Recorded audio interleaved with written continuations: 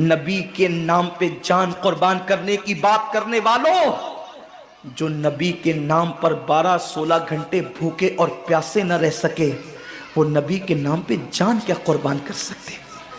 اور جب سے تم نے احترام رمضان المبارک ترک کر دیا، تمہاری آبرو کو لوگوں نے کھیل بنا لیا، اور اب تو لوگوں کو احساس گناہ بھی نہیں رہا، احساس جرم بھی نہیں رہا۔ گناہ کے ساتھ اگر احساس گناہ انسان کی زندگی میں ہے تو انسان اپنے آپ کو گناہوں سے بچا لیتا ہے، لیکن اب ہمارے اندر احساس گناہ نہیں۔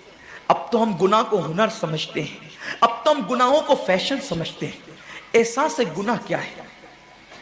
اگر انسان گنہگار ہو اور احساس گناہ بھی ہو تو وہ ایک نہ ایک دن سدھر جاتا ہے، وہ ایک نہ ایک دن سنور جاتا ہے۔ ہمارے پاس احساس گناہ ختم ہو گیا۔ آئیے بتاؤں احساس گناہ کتنی قیمتی چیز ہے۔ رمضان شریف میں کھا رہے ہیں، پی رہے ہیں، بلکہ مسلمانوں کی ہوٹلیں بند ہے تو غیر مسلموں کی ہوٹلوں میں کھا رہے ہیں، چھپ چھپ کر گھروں میں کھا رہے ہیں۔ لوگوں سے چھپ کر کھانے والوں، جو تیرا کچھ نہیں بگاڑ سکتا تو اس انسان سے چھپ کر کے کھا رہا ہے۔ جو خدا تجھے سزا دے گا کیا تو اس کی نگاہوں سے بھی چھپ سکتا ہے؟ اور روزے بھی کیا روزے رہ گئے، اب تو روزے بھی رسم بن گئے۔ جو روزے رکھتے ہیں رمضان شریف میں، ان کو روزہ رکھنے کی عادت ہے، وہ روزے کو عبادت نہیں سمجھتے۔ جو روزہ عادت بن جائے وہ نجات نہیں دلا سکتا، جو روزہ عبادت بن جائے وہ نجات دلا سکتا۔ ایک تو روزے کی عادت ہے اور ایک تو روزہ عبادت ہے۔ روزہ عادت اور عبادت میں فرق کیا ہے؟ عادت یہ سب نے رکھا ہم بھی رکھ لیں، یہ عادت ہے۔ نہ رکھیں گے تو کیا جواب دیں گے، یہ عادت ہے۔ نہ رکھیں گے تو لوگ تانا دیں گے، عادت ہے۔ پھر روزہ عبادت کیا ہے؟ روزہ عبادت یہ ہے کہ اللہ نے روزہ رکھنے کا حکم دیا ہے اور مصطفیٰ جان رحمت نے روزے کا حق یہ بتایا ہے، اگر تو روزہ رکھے تو صرف بھوکا پیاسا نہ رہے بلکہ تیرا ہاتھ بھی روزے دار رہے، تیری زبان بھی روزے دار رہے، تیری آنکھ بھی روزے دار رہے، تیرا پیر بھی روزے دار رہے، تیرا کان بھی روزے دار رہے۔ کان روزے دار اس طرح کہ کان اللہ کے ممنوع کردہ چیزوں کو نہ سنے، ہاتھ روزے دار اس طرح ہاتھ اللہ کے منع کردہ کاموں کو نہ کرے، زبان روزے دار اس طرح کہ زبان اللہ کی ممنوع کردہ چیزوں کو ادا نہ کرے، پیر روزے دار اس طرح کہ پیر اس جگہ چل کر نہ جائے جہاں اللہ نے جانے سے منع کیا ہے۔ جب تو ان سارے اعضاء کو روزے دار بناتا ہے تو ایسے روزے کے معاملے میں میرا اللہ فرماتا ہے روزہ میرے لیے ہے اور میں ہی اس کی جزا ہوں۔ ہر عمل کی جزا جنت ہے، روزے کی جزا خدا کی ذات ہے۔ اسی لیے آقا فرماتے ہیں روزے دار کو دو خوشی ہے، ایک تو افطار کے وقت، دوسرا لقائے رحمان کے وقت، خدا کی زیارت کے وقت۔ صحابہ نے پوچھا آقا ہم اللہ کی زیارت کیسے کریں گے؟ آقا فرماتے ہیں جیسے تم آسمان پہ چاند دیکھتے ہو بلا تمثیل اسی طرح تم خدا کی زیارت کیا کرو گے۔ یہ روزے داروں کی شان ہے۔ آج کے روزے کیا ہے؟ جس میں جھگڑا، جس میں غیبت، جس میں چگلی، جس میں فساد۔ روزے کو عادت مت بناؤ، روزے کو عبادت بناؤ۔ احساس مٹ گیا، عبادتوں کا احساس مٹ گیا، گناہوں کا احساس ختم ہو گیا۔ جب تک کہ لوگوں میں گناہوں کا احساس زندہ تھا وہ عبادت کر کے بھی اللہ سے ڈرتے تھے، وہ عبادت کر کے بھی رب کی بارگاہ میں آنسو بہاتے تھے کہ مولا میں تو حق ادا نہ کر سکا۔ لیکن آج احساس نہیں ہے، اس لیے لوگ ہنستے ہنستے افطار کرتے ہیں۔ حالانکہ صحابہ کا معمول تھا جب افطار کا وقت آتا وہ ہاتھوں کو اٹھا کر کے روتے اور کہتے مولا روزہ تو چلا گیا لیکن روزے کا حق نہ ادا ہو سکا، آنسو بہاتے ڈرتے۔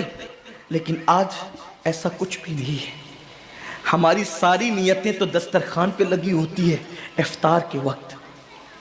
آئیے ایک بات نکل آئی، احساس گناہ۔ کیا ہے احساس گناہ؟ آقا نے فرمایا نا کہ جب رمضان شریف کا حق ضائع کر دو گے تو اللہ تم سے عزت کو چھین لے گا، تم ذلیل و رسوا ہو جاؤ گے۔ احساس ختم ہے گناہ کا، اسی لیے رمضان شریف میں بھی گناہ کرتے ہیں، اور گناہ کر رہے ہیں تو ذلیل ہو رہے ہیں۔ احساس کسے کہتے ہیں؟ احساس یہ ہے کہ میں نے کیا کیا، چھوٹے سے گناہ کو بڑا سمجھنا میں نے کیا کیا۔ ایک خاتون بارگاہ رسالت میں آئی، اور عرض کیا یا رسول اللہ مجھ سے زنا ہو گیا ہے، میں نے بہت بڑا جرم کر لیا ہے، آپ مجھ پہ حد لگا دیں، حد جاری کر دیں تاکہ میں گناہ سے پاک ہو جاؤں۔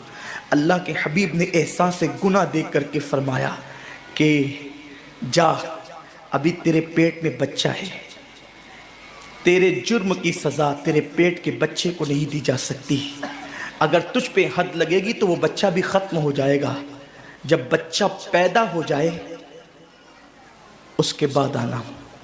بچہ پیدا ہو گیا تو وہ لے کر کے آئی، آقا فرماتے ہیں تیری جان چلی جائے گی تو اس کی پرورش کون کرے گا، اس کو دودھ کون پلائے گا، جا اس کو دودھ پلا اس وقت تک جب تک یہ کھانے نہ لگے۔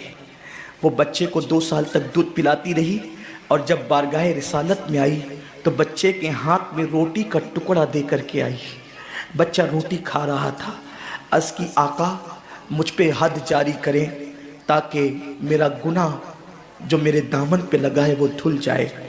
حضور نے 3 مرتبہ اس کو اپنے دروازے سے ٹالا، اگر کوئی دوسرا ہوتا اس کو ڈھیل دی جاتی تو وہ بھاگ جاتا، دوبارہ پلٹ کرنا آتا، لیکن احساس گناہ تھا، گناہ کا احساس تھا کہ یہاں گناہ مٹ جائے تاکہ وہاں جواب دینے سے بچ جاؤں۔